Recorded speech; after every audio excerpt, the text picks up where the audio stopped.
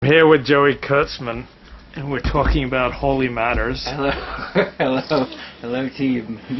We are. And where's my football? In the end, all matters are holy. That's what I've discovered. And so I was reading this book by an editor at one of the major publishing houses, and the name will come to me. He recently published a book on Eisenhower, and he has a story about, in his life as an editor, he'd have to go out to recalcitrant authors who the publishing house had paid advances to, right, and try to coax their manuscript out of them. And so he'd go to this one guy in particular, and the guy would say, "It's all done. It's all here. Don't worry." So yeah, when you put it like that, I think that's about as worthless as a tit on a bull. So Joey promised this week that he would come with notes on a piece of paper. So I asked, "Where's the paper?" Show me the paper. I said that I'd left what inadequate written notes I had elsewhere, but that I had talking points and questions committed to memory, and that's true. I think. I also did bring, so that I don't have to take any more of Luke's paper towels, and I don't have to lug around a massive towel meant for washing after you get out of the shower. I brought a handkerchief. I think this is. Right? Yeah. Yeah. Look at it. So see. Do you blow your nose in it too? No. I think that's gross the way people do that. My dearly departed father-in-law, may his name be a blessing, he used to at restaurants. When Joey tries to be pious, I can't. Well, when he was at restaurants, he would blow his nose on their lovely, nice restaurants. He would blow their nose on their lovely, They didn't protest because they were afraid he might whack them. Yeah. I mean, it was like, God, that was his best behavior at restaurants. You couldn't take him to a restaurant. I'll just put it that way. Let alone shul. Let alone shul. Oh God. That's where you learn your shul manners. Yeah. Well, he did once. I did go with him once to. Well, I was inside a shul with him once. It was at a Sephardic shul for the wedding of a friend. And he kept sitting throughout the whole ceremony, the wedding ceremony, saying over again and again, "This is boring! This is boring!" And he kept going. And then every now and then something would catch his attention and he'd talk about it. But no, he wasn't, he wasn't. Some people you leave at home. So I need you to carry us for a minute here while I make Sure. a live announcement on my side. Absolutely. So tell me about your week or anything you've been studying. My week here's something I find interesting. My father-in-law was, unbeknownst to even those close to him, was in sort of a covert acolyte of a Christian Armenian mystic named George Gurdjieff. There was a man in Southern California who was kind of the modern-day disciple and heir to George Gurdjieff, and following through on a promise that I made to my father-in-law, I called this man upon my father-in-law's death. And I am now supposed to meet with this Christian Armenian mystic to, I don't know why, but have a meeting with him. He wanted me to read 9 chapters of a book about religious mysticism first.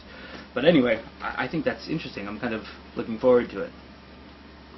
And I think the guy is Jewish, because his name is Arthur, and he speaks kind of like Saul Rosenberg from the Jerky Boys. So yeah. I just did a Facebook update. It's raining, it's pouring, my love life's so boring. and my friend Julie comments, "It's the beard." It's the beard. That's not true, Julie. Chicks dig beards, kinda, depending, on the context. But I think women like beards. I mean, in general. They respond to facial hair.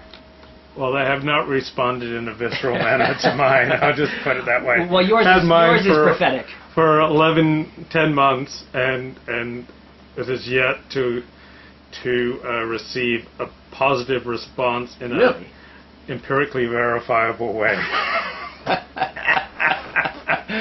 Well, empirical verifiability is a complicated thing, but I mean, no. For a lot of women can say, "I like it, I love it, I admire it," but until they show me that they really care in a concrete, empirically verifiable, falsifiable manner. But look, that's all about just giving them the opportunity. That's all women really want. I am so wide open. Well,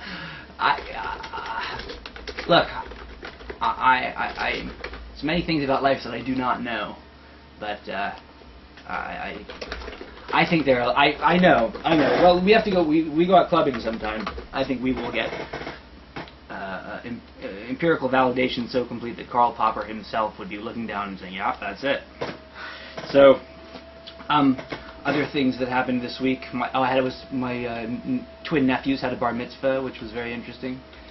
He was at the I don't know, some synagogue. Reform. Yeah, I think. Oh, it was Beit Shalom. Beit Shalom in Santa Monica. Sounds reform. Sounds reform. The cantor was very interesting. Neil Cummins Daniels, the rabbi. I'm no good with names, except for mine. But do they have a big sign out front saying torture is a violation of human rights? No. If it's on 19th Street and if it's around 19th Street in Santa Monica, that's the one. That may be it.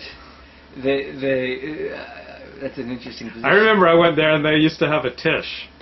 Oh, really? Yeah, they call it a tish, and it was like a Friday night potluck meal after services. But like watching Reform Jews try to have a tish. What is a tish exactly? Like tish is where you gather with your Rebbe. It's what the Hasidim do, and he'll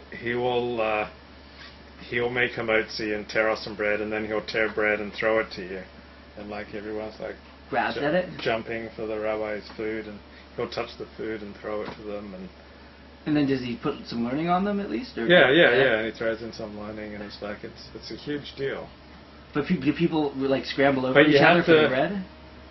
Yeah, not in a gross way, or depends on. I guess some of them could be gross, but yeah, it's very enthusiastic. But I just don't think that you have the DNA to be a religious person like that, because I could drop you in the holiest tish in the world, and you just be like, eh? Like there with your towel, wiping your sweat up here. Very scrupulous. And it's like, is it okay if I use my cell phone? No, I hope... Smoking a cigarette. Well, Rebbe, do you have a light? On Shabbos? Well, I've been doing it. I thought it was humorous. I don't know how it played, but when I've been in the recent days when I've been smoking, in the past months when I've been smoking around religious people on Shabbat, I always take my absence by saying to them, the Rambam said it was actually not just permissible, but a mitzvah to smoke on Shabbat.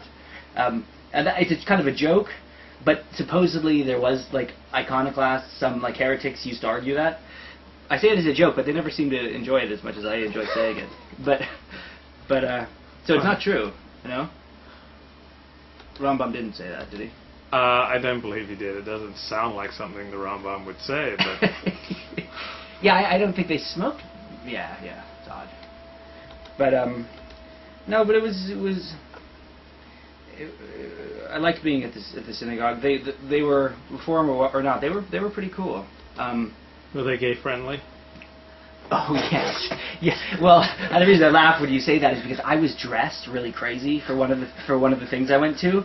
Like I had a leather, and I don't normally wear leather, but this was I had like a black leather overcoat and like a really bright shirt and kind of goofy pants, and I was telling someone from Atlanta. I was telling him about when I was in Atlanta, and I was like, oh yeah, I slept something. He's like, oh yeah. He said, well, it's real gay friendly in Atlanta, and I just kind of laughed and kept talking. I said yeah, maybe it is. But I didn't correct him. But he was but it was kind of funny. It's kind of frightening when people can read you like that. It's like, did you see that? They can read you like that. Yeah, I felt like he was staring straight into my soul. Kind of like George Bush and Vladimir Putin. Yes, right. He looked into my eyes and saw I was a poofta. There's this movie about an English teacher who was in his 40s and never married, and he wanted to wait until he was married before he'd have sex with his girlfriend. And he was sitting there with his girlfriend watching the Oscars, and this guy gets up after winning an Oscar and says, "I'd like to thank my great gay English teacher from high school." Oh, I've heard about that one. Keep going. And so the guy's kind of shocked, and it kind of shakes him up a little bit to be. But I asked someone about it. It turns out he is gay, right? Yeah. Because at first it's like, oh, he just says it out of nowhere, and the guy's like, what the fuck? Yeah. Hell, and then, but he turns out he is gay. Yeah.